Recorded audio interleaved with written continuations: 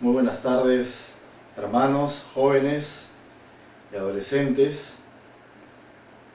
Es un privilegio poder estar con ustedes nuevamente después de algún tiempo.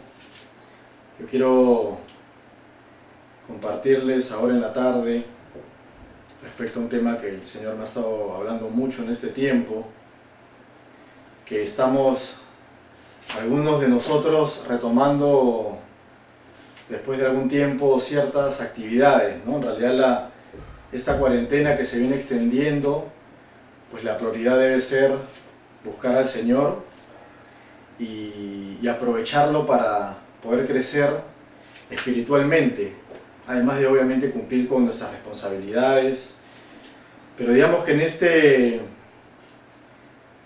espacio distinto en el que muchos se reencuentran con actividades, he visto algunos que tenían cualidades de cocineros, otros que tal vez empiezan a ser de personal trainer. A mí personalmente he buscado hacer ciertas actividades, pero también ha sido reencontrarme un poco más con una actividad que a mí me gusta mucho, que es regar, que me relaja, me gusta estar como también en contacto con las plantas y realmente una de las cosas que veíamos es que lo empecé a hacer después de algún tiempo, que empezó la cuarentena. Por eso es que ya el gras, digamos, que estaba prácticamente seco, ¿no? Y una de las cosas que me llamó inmediatamente la atención fue cómo después de un día en el que uno dejaba empozar el agua, al día siguiente, sobre todo en las zonas donde donde había mayor volumen de agua, llamémoslo así, pues se había podido reverdecer mucho más de un momento corto para otro, ¿no?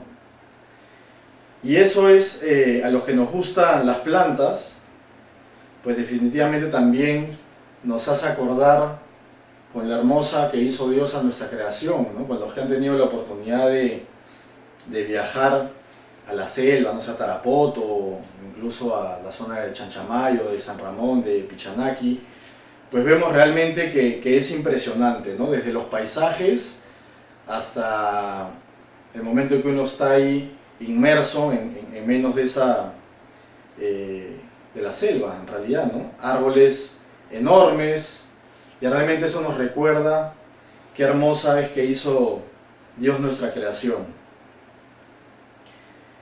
Y es impresionante, hay árboles que alcanzan los más de 50 metros de altura y más de 10 metros de diámetro en el tronco, ¿no? Por citar algún ejemplo como el roble, ¿no?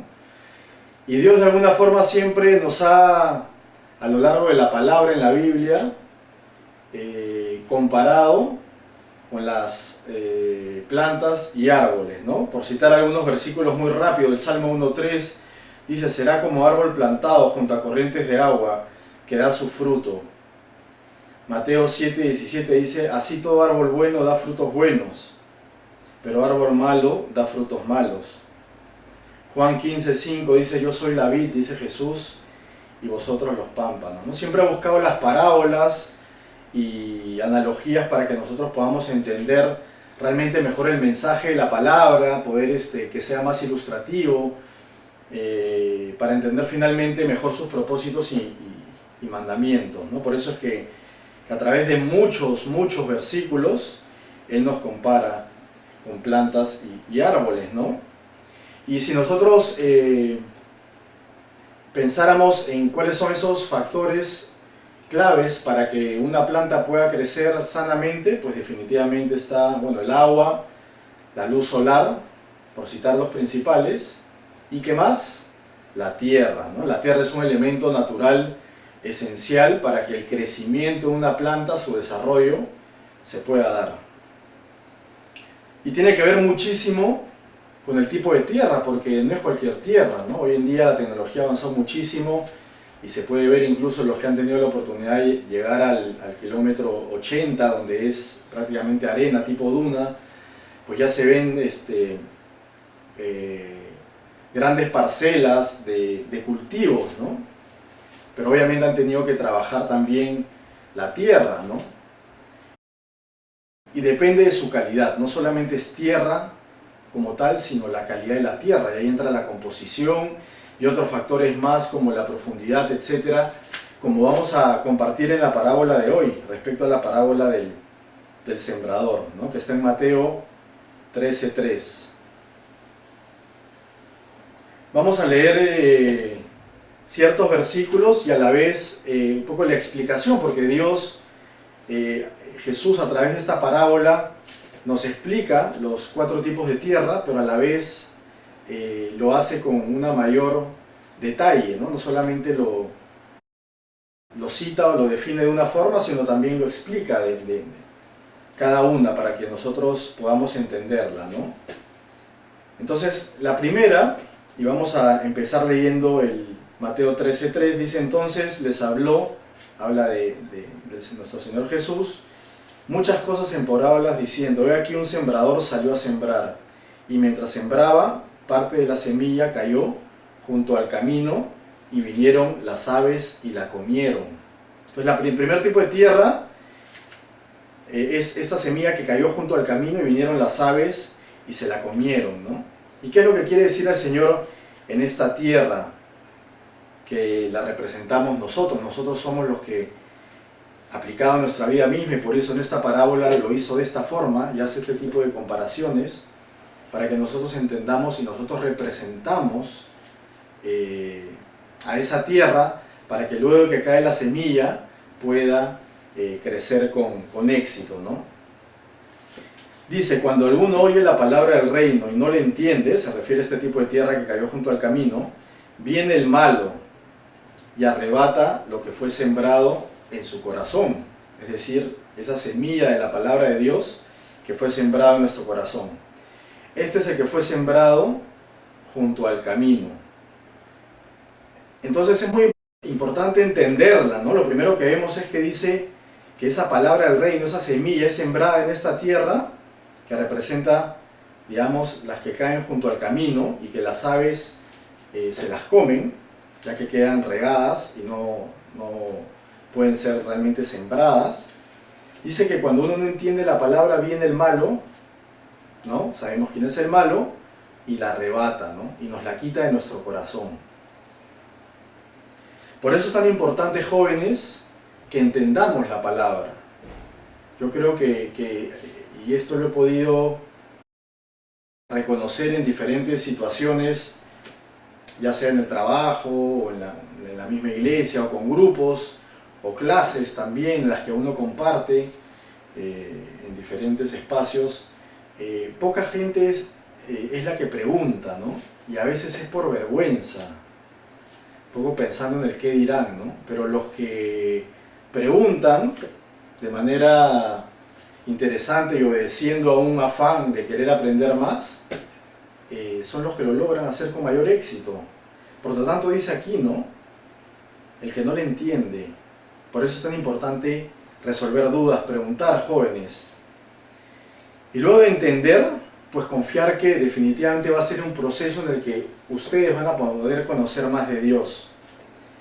En mi caso, cuando llegué a la iglesia ya hace casi 15 años, pues definitivamente la lucha fue mucho también con mis amigos, ¿no? Que trataban de cuestionar, sin ellos haber estudiado la Biblia, muchas cosas, y buscaban en internet versículos aislados y trataban pues de hacerte caer, ¿no? Y la manera obviamente de poder seguir avanzando, obviamente Dios se revelaba con poder cada vez más en mi vida, fue entendiéndola, ¿no? Fue preguntando, fue resolviendo esas dudas y fue compartiéndola, leyendo la palabra para poder hacer frente a este tipo a veces de discusiones que tenía. Vayamos al segundo tipo de tierra, y ahí nos vamos al versículo 5, dice: parte cayó en pedregales, donde no había mucha tierra, y brotó pronto, es decir, había poca profundidad, porque no tenía profundidad de tierra, pero salido el sol, se quemó, y porque no tenía raíz, se secó. El Señor nos explica también en la Biblia Y dice, y este es el que oye la palabra y al momento la recibe con gozo, pero no tiene raíz en sí, sino que es de corta duración.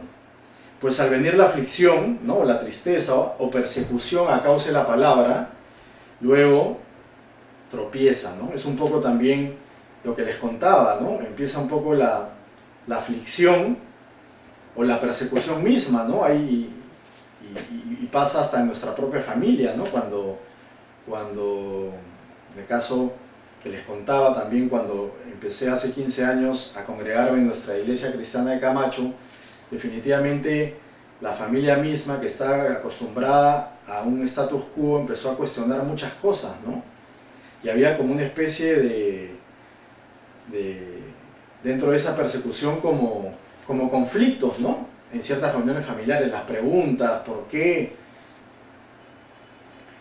Pero esa persecución se da, como dice, ¿no? Uno la recibe con gozo, pero después por causa de la tristeza, ¿no?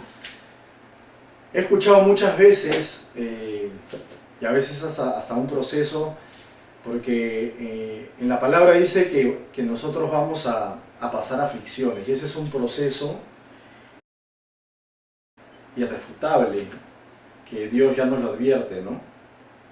Entonces mucha gente a veces llega a la iglesia esperando que los problemas se solucionen de un momento a otro, y empieza a pensar y dice, pero si antes estaba mejor, ¿verdad? Si ahora estoy tratando de ser mejor persona, acercarme más a Dios, ¿por qué pasan estas aflicciones o tristezas, ¿no?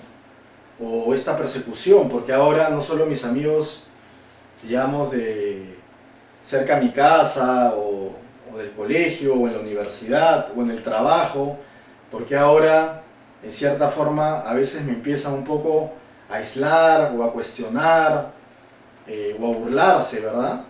Porque eso pues no es fácil, ¿no? Nadie quiere, en su sano juicio, pasar por situaciones así, pero pasan, y por lo mismo que pasan, suceden, dejan de suceder también.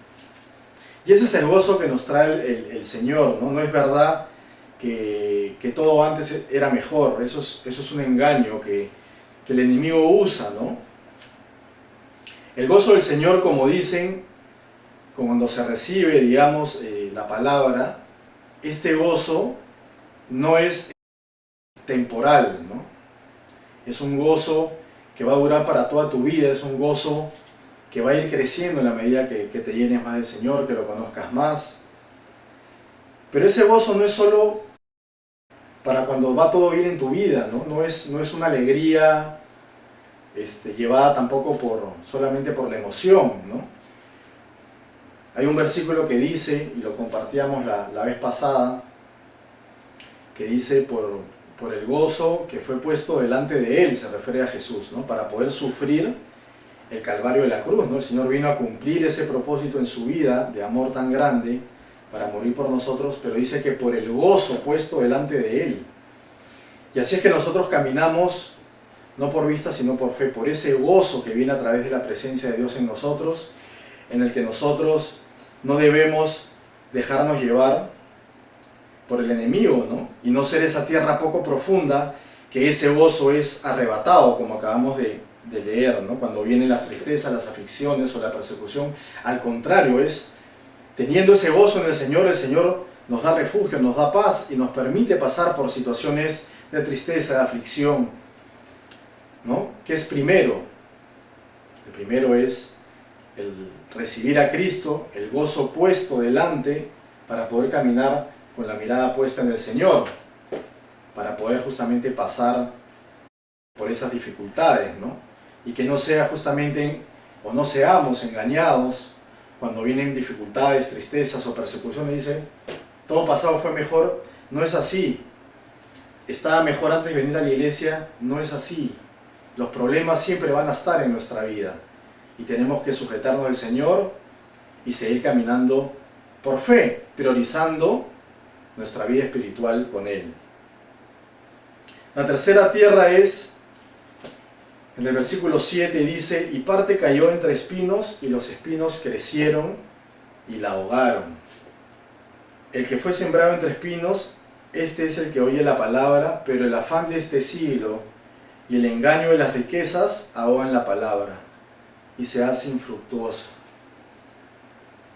Entonces digamos que uno nuevamente recibe la semilla, la palabra del Señor, pero el engaño de las riquezas se hace infructuosa, ¿no? Y ahí es cuando uno se hace un plan en su vida y espera que ese plan se dé en los plazos establecidos, en el nivel de éxito que uno sueña. No quiere decir que uno no se ponga metas, al contrario, debemos vivir con metas y ser esforzados y hacernos todo como para Dios. Pero cuando uno se da esa, o visualiza, ¿no? Como se utiliza hoy en día mucho, ¿no? Visualiza esto y se te va a dar, ¿no? Lo cual no es cierto, ¿no? Lo cual no es cierto. Pero digamos que mucha gente tiene sueños, o todos tenemos sueños, metas, y nos hacemos una idea, y cuando eso no se cumple, y dentro de esa idea, o esa visión, o ese sueño, están las muchas riquezas, y el éxito el cual mide la sociedad, cuando esas cosas no se dan, pues ese engaño hace que esa palabra se haga infructuosa, ¿no? Y eso es un error, ¿no? Y es muy peligroso porque Dios nos quiere bendecir, ¿no? Y el fin de nuestra vida no es prepararnos, crecer, madurar y generar éxito, ¿no? O tener dinero detrás de ese éxito, ¿no? Eso es una caja registradora en todo caso, ¿no?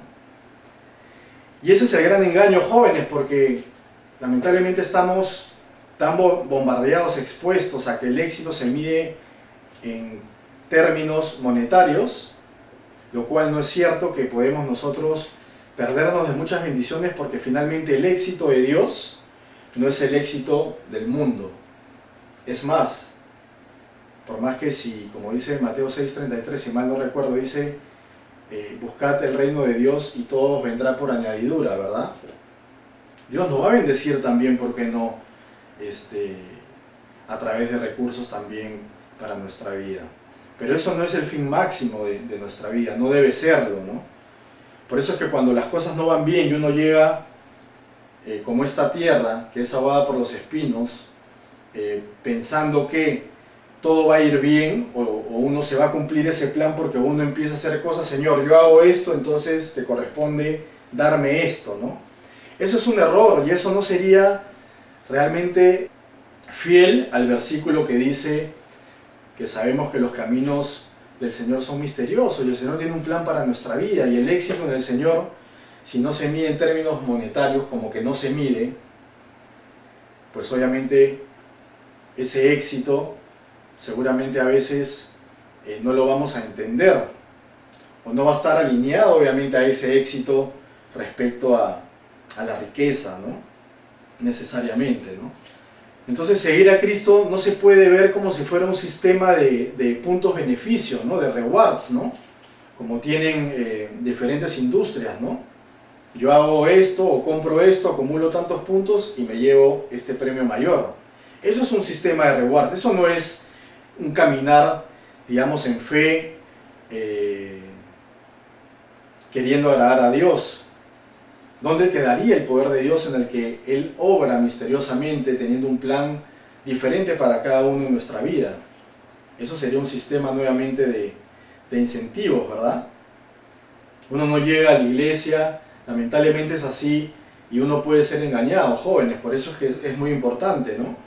No es que uno llega y empiezan los 20 de nota, o me ascienden a la semana, o consigo esposo o esposa, y toda una lista de deseos que nosotros tenemos seguramente, y que es hasta comprensible, pero si uno llega pensando en eso, en que Dios, ¿no? Yo hago esto y tú haces esto, pues definitivamente no estamos reconociendo verdaderamente el poder y la soberanía de Dios para tu vida. Él es Dios, y Él va a obrar de diferentes formas, sabiendo cuál es lo mejor para ti. Dice, porque los que aman a Dios, todo les ayuda para bien. Y Él sabe y nos conoce y sabe lo que es mejor para nosotros. Por lo tanto, el Señor nos advierte a través de esta parábola respecto a los afanes de este siglo y las riquezas, ¿no? Tiene mucho que ver con lo que estamos viviendo ahora, ¿no?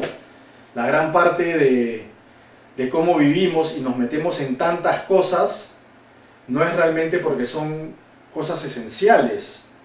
Muchas veces tiene que ver por las múltiples actividades en las que nos metemos para a veces obtener solamente riqueza. Si es que ese es el fin en tu vida, pues eso no está alineado con el versículo que citamos hace un momento respecto a la vida de Cristo en ti. Obviamente pues hay que trabajar duro, hay que esforzarse, hay que destinar tiempo también a otras actividades, ¿no?, seculares. Nadie dice que no. Pero si es que ese es el fin máximo en el que uno se mete en 3, 4, 5 actividades para obtener riqueza, incluso llega el fin de semana y está metido en más actividades, en vez de también priorizar a los suyos, porque finalmente también hay un mandato. Y a ustedes jóvenes también, si están distraídos en tantas cosas, no necesariamente para obtener riqueza, pero cosas que no son de edificación, definitivamente van a dejarse llevar por, como dice aquí, ¿no?, por los espinos, ¿no?, y ahogar esa palabra que trae gozo, que está en nuestro corazón. No debemos olvidar nuevamente que el éxito del Señor no se mide en el Señor con la misma medida que mide el éxito en el mundo, en la sociedad, ¿no? Están totalmente opuestos. Y esa era la tercera tierra. Vayamos a la cuarta tierra, porque finalmente está clarísimo que estas 3 primeras tierras, jóvenes y ustedes que están en este proceso de preparación, que Dios no quiere que nos identifiquemos con ellas. Al contrario, nos está advirtiendo en cada una de ellas, de estas 3 que acabamos de compartir, respecto a cómo podemos ser engañados y respecto a cómo eso se desdice con muchos versículos que están en la palabra, respecto a que vamos a vivir aflicciones, respecto a que debemos primeramente buscar el reino de Dios, así como hemos venido viendo en cada una de ellas, ¿no? ¿Cuál es la cuarta tierra? Y la más importante, la que el Señor quiere para tu vida y mi vida, y para todos en realidad, porque finalmente no quiere que nadie se pierda. Y dice en el versículo 8, pero parte cayó en buena tierra y dio fruto, cual a 100, cual a 60 y cual a 30 por uno. Y el que tiene oídos para oír, oiga. Mas el que fue sembrado, esta es la explicación, en buena tierra, este es el que oye y entiende la palabra y da fruto. Y produce a 100, a 60 y a 30 por uno. Es el que entiende la palabra, el que se dejó enseñar por el Señor, resolviendo dudas, orando, congregándose y leyendo principalmente la palabra. Y al entenderla, da fruto. Al tener una relación con Dios, una comunión íntima, dice que da fruto. Y ese fruto se entiende no solamente para la vida nuestra, sino también para compartir el Evangelio hacia otras personas, hacia otros jóvenes. Yo sé que a veces los jóvenes, así como cuando en la primera tierra decíamos que poca gente se anima a veces a preguntar y a resolver dudas en un salón de clase abierto, lo hace a veces por vergüenza, por temor al que dirán, se pierde oportunidades, ¿no? Y si se ponen a pensar, uno dice que ¿qué tiene de malo preguntar, ¿no? Ya cuando uno va creciendo, entiende, ¿no? O cuando se va animando más también, se va dando cuenta que verdaderamente uno no debería sentir esta clase de temores, vergüenza para resolver dudas, ¿no? Entonces, es muy importante que nosotros nos preparemos para poder entender la palabra y llevar ese fruto para los demás, sin vergüenza. Hacia eso iba, en el sentido de que dicen, no, los jóvenes todavía no podemos compartir la palabra, ¿por cómo le voy a hablar a otro joven de la palabra? Mejor es más fácil hablar de otros temas, de Avengers, de las películas. Siempre les digo eso a mis hijos, ¿no? Cuando lleguen chicos jóvenes, adolescentes a la iglesia, que puedan también compartirles de Dios, hablarles de Dios, contarles su experiencia también respecto a su aprendizaje en la palabra, tanto en nuestra casa como en la iglesia, y que no tengan vergüenza, al contrario, ¿no? Porque si no, va a ser imposible poder llevar ese fruto, como dice acá, a 100, a 60 y a 30 por uno. Si uno no se anima, si se queda solamente en el temor y la vergüenza, pues no lo va a hacer, se va a quedar en el fruto de su propia vida nada más. Y lo que Dios quiere es que ese fruto se pueda compartir y se pueda llevar a muchas más personas. Por eso es que es cuidar nuestra salvación, jóvenes con temor y temblor. Y sí con temor, porque el temor es una palabra que se está desacreditando en los últimos años. Se habla del temor como algo meramente erradicable, en el sentido de que no está bien tener temor, ¿no? Desde hace ya varios años han entrado un montón de teorías, ¿no?, psicológicas respecto a la crianza, por ejemplo, los hijos. Y le dicen, no lo disciplines, cuando la palabra dice todo lo contrario, ¿no? De instruir al niño, disciplinar. Y se busca desacreditar esa palabra, no disciplines, no castigues, porque el niño, tu hijo, va a tener temor. Lo cual es falso, no es miedo, temor es respeto, es reverencia. Por algo la palabra lo dice en muchos versículos, ¿no? El principio de la sabiduría es el temor de Dios. Y ese temor de Dios es el que justamente nos permite acercarnos más a Dios y entenderlo a Él como ese Padre amoroso, pero también poderoso, y como ese juez justo que quiere lo mejor para nosotros. Por eso es que debemos cuidar nuestra salvación, como dice la palabra, con temor y temblor, por más que mucha gente no lo entienda. Pero ¿por qué con temor? ¿Por qué con temblor? Porque el temor es necesario, porque así como mucha gente se pasa la luz roja en este país y después viaja y no se la pasa porque sabe que viene una multa muy grande, y ese es el temor de que no me paso la luz roja en otro país desarrollado, en el que no está la oportunidad de evadir esa multa, porque saben que hay una consecuencia grande, ¿no? Mientras que en el Perú normalmente no hay esa consecuencia, entonces la mayoría no lo respeta, no tiene temor porque no hay una consecuencia. Entonces, el temor es necesario, nos lo dice, no lo digo yo, lo dice Dios, y en muchos versículos, ¿no?, como el que citamos hace un momento. Es necesario para fortalecer nuestra relación con Dios, para también llevar ese fruto como esos árboles que el Señor quiere que seamos, ¿no? Dios siempre va a querer algo más para tu vida, joven, adolescente. La vida es mucho más allá que ser exitoso, que ser reconocido, por más que a todos nos gusta, ¿no?, que nos reconozcan, el trabajo bien hecho, sobresalir en muchas áreas, incluso, ¿por qué no?, llegar a tener cierta posición para darte ciertos lujos. Todos anhelamos eso en cierta forma, y eso no está mal. El tema es cuando nuevamente eso se vuelve el fin de tu vida, que no es lo que Dios quiera. Finalmente Dios es el que nos da todo el talento y toda la posibilidad para poder trabajar. Por eso Dios está esperando de ti, de mí, que seamos esa buena tierra donde puede crecer la palabra de Dios y traer fruto para tu vida y para los demás, para poder cumplir el propósito de Dios. Cuando tú pienses verdaderamente que Dios tiene algo grande, importante para ti, partiendo de que tú eres amado por Dios en sobremanera, tal vez de una manera que nunca vamos a entender, pero partiendo de eso, sabiendo de que tú puedes hacer algo grande con tu vida para ayudar a los demás, como tantas grandes obras de la palabra, y no solamente de la Biblia, sino grandes cristianos que vivieron también en otros tiempos, y en estos tiempos actuales también. Yo tuve la oportunidad de viajar hace poco más de 2 años y medio a la región de Apurímac. Fuimos con mi esposa, fuimos durante 2 días a un hospital que se llama Dios Pisuyana, en Apurímac, que es la región más pobre de nuestro país, y fuimos a aprender, a servir, a simplemente decir, Señor, aquí estamos, ¿no? Y a conocer a tanta gente maravillosa que el Señor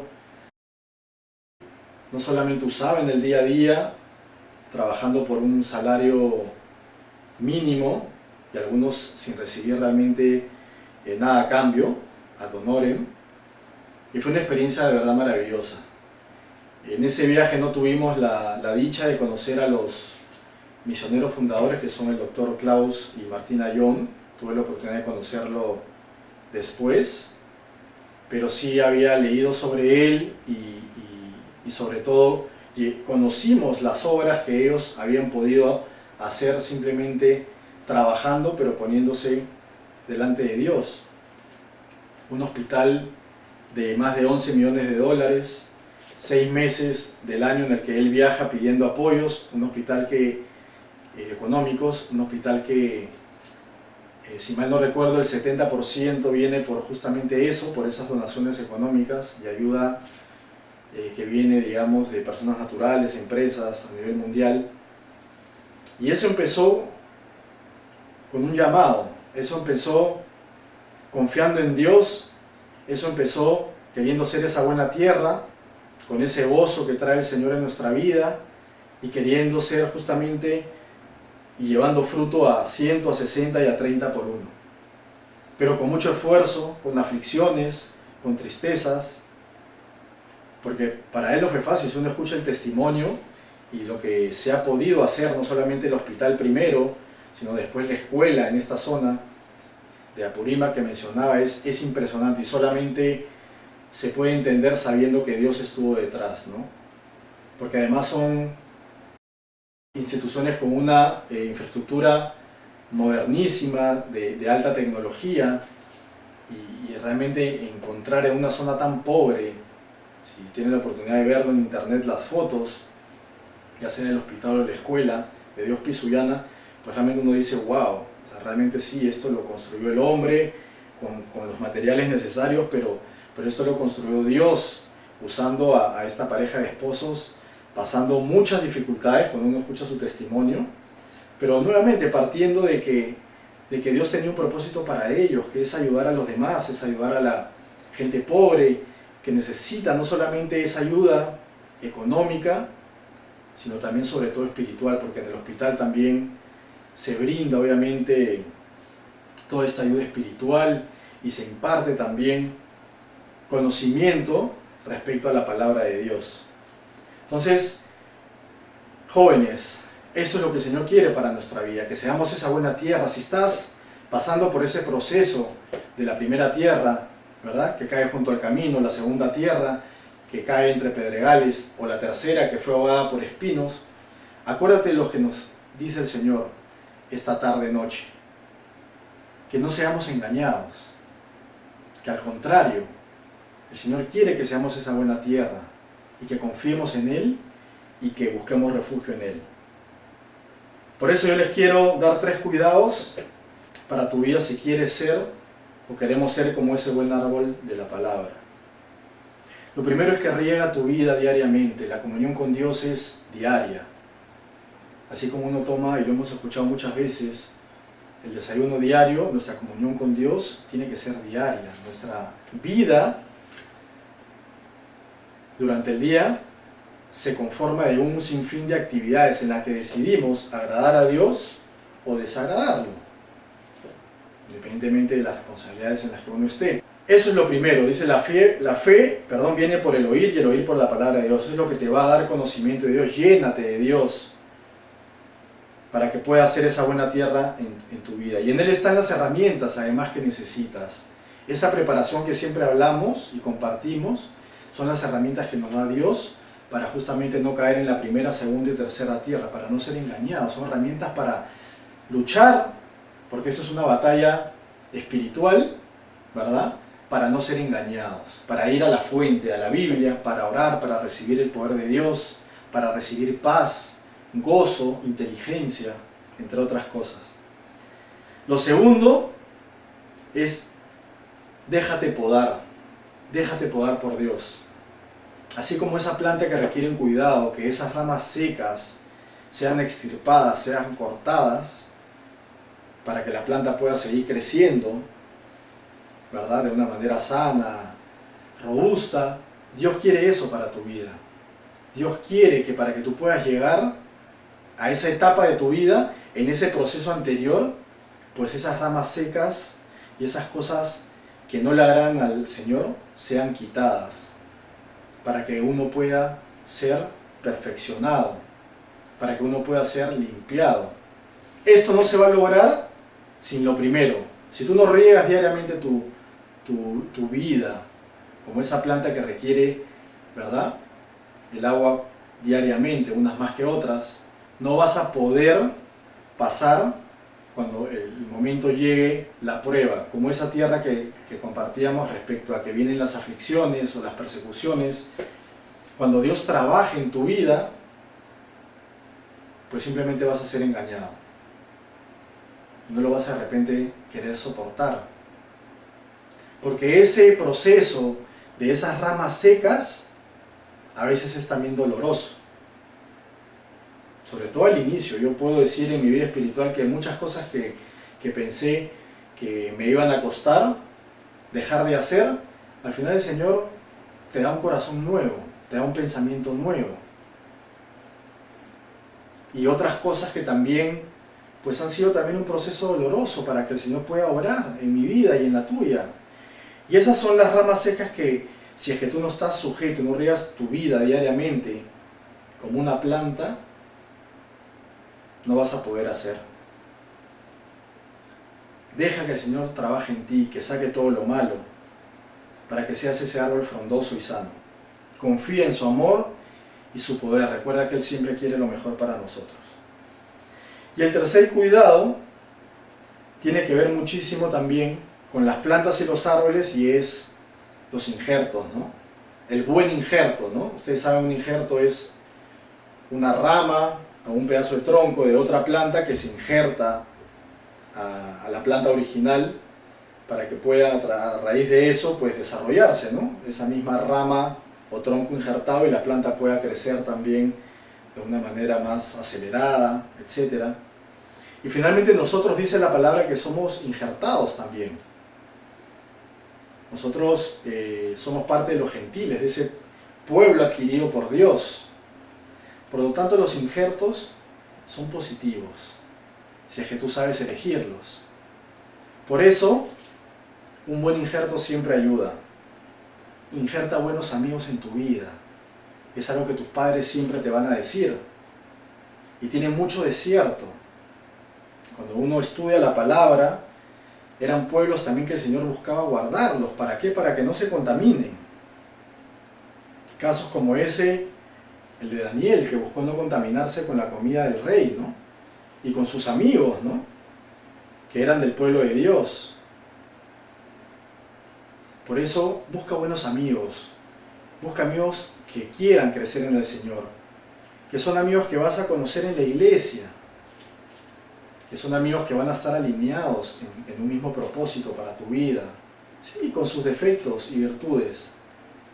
Pero si tú llenas tu vida a través de amigos que, porque la pasas bien, sus prioridades no están de ninguna forma en buscar a Dios o en seguir su caminar, pues ese no va a ser un buen injerto.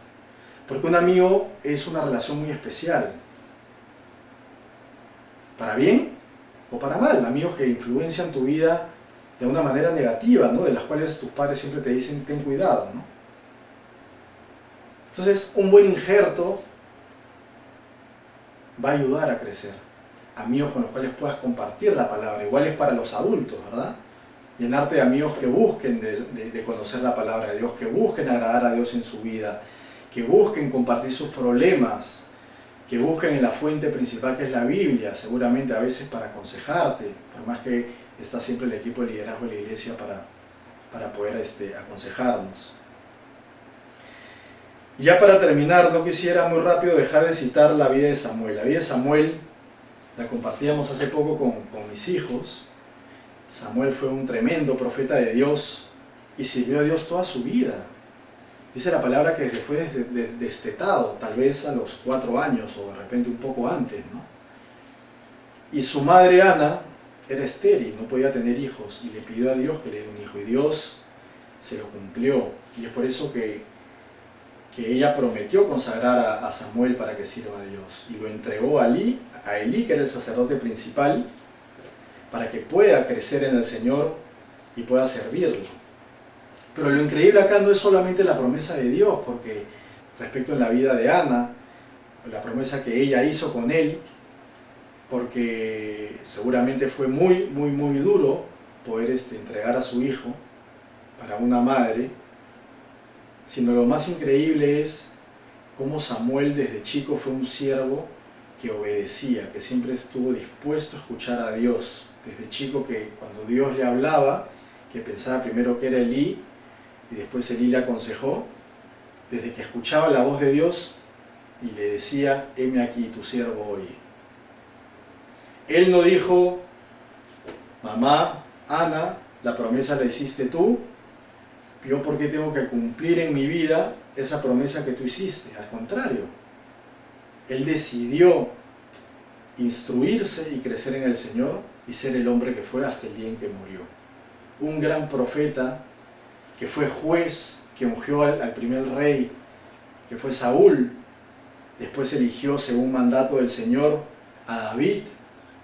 Tremendos hombres que nosotros podemos, en cierta forma, no solo aprender, sino también admirar, ¿no? Que hicieron cosas increíbles, pero que decidieron con su corazón servir a Dios, más allá de que Dios pudo obrar, obviamente, en la vida de ellos. Samuel es un gran ejemplo, jóvenes, para ustedes y para todos nosotros. Y su vida no fue fácil, porque recuerden que estuvo viviendo con el sacerdote como internado, y los hijos del sacerdote Elí, dice que eran impíos, la palabra. Entonces se imaginan la burla, las dificultades que deben haber tenido. Oye, encima tú no eres nuestro hermano, ¿qué haces acá, no? Seguramente le han podido decir. Sin embargo, eso no lo acobardó. Él quería servir a Dios, y eso fue lo que hizo hasta el último día, ¿no? En 1 Samuel 2:26 dice: y el niño Samuel crecía en estatura y en gracia para con Dios y los hombres. Por eso es tan importante la edad que tú tienes ahora. Más aún, muchos de ustedes han crecido y se han formado en la iglesia desde pequeñitos. Tal vez debe ser destetados, al igual que Samuel. Pero dice acá que crecía en estatura y en gracia para con Dios y con los hombres. No solo crecía físicamente, también crecía en gracia y de manera espiritual, madurez espiritual. Compartíamos hace poco con mis hijos, que los conocen, muchos de ustedes, que tienen 14 y 12 años, sobre el versículo que dice que la fe sin obras es muerta, ¿no? Es decir, se tiene que notar. Ya obviamente ustedes que están en la etapa de la adolescencia o que ya son jóvenes, se tiene que notar. No se pueden quedar solamente en oír la palabra, sino en ser hacedores. Se tiene que notar en la manera como se hablan entre ustedes. Les decía esto a mis hijos también. Si es que son amables, si es que son serviciales, si es que quieren ayudar al prójimo. Se tiene que notar. Si es que yo pago mal con mal o mal con bien, como dice la palabra, ¿no? Samuel es un buen ejemplo de eso. Dice: crecí en estatura y en gracia. Ustedes jóvenes están en esa edad de preparación, de ir adquiriendo esa madurez espiritual para ser grandes hombres de Dios, para cumplir ese propósito grande en tu vida. Dios tiene cosas grandes preparadas para ti. Permítele que Él sea el Salvador y el que gobierne tu vida. Y acuérdate de las 3 primeras tierras, que son engaños. No importan las dificultades, no importan las situaciones adversas, Dios va a estar siempre contigo. No nos dejemos engañar, hermanos. Y es por eso que la vida de Samuel es tan representativa y tiene mucho que ver con esa buena tierra, que es la 4ª tierra que Dios quiere que seamos. Esa tierra que permite que el árbol crezca y dé fruto a 60, a 100, a 30 por uno. Gracias, hermanos, por este tiempo. Le pido al Señor que en estos tiempos difíciles siga teniendo control de todo y que ponga su mano poderosa con nosotros y que nos anime también y nos dé energía y fortaleza para poder instruirnos, para poder seguirnos preparando, pedirle sabiduría y que no seamos engañados, para que no seamos como las 3 primeras tierras, sino como esa buena tierra, para que podamos ser, que era el título de esta palabra, un roble para Dios, que podamos ser como esos árboles plantados que dan fruto a muchas personas. Que Dios lo bendiga, hermanos.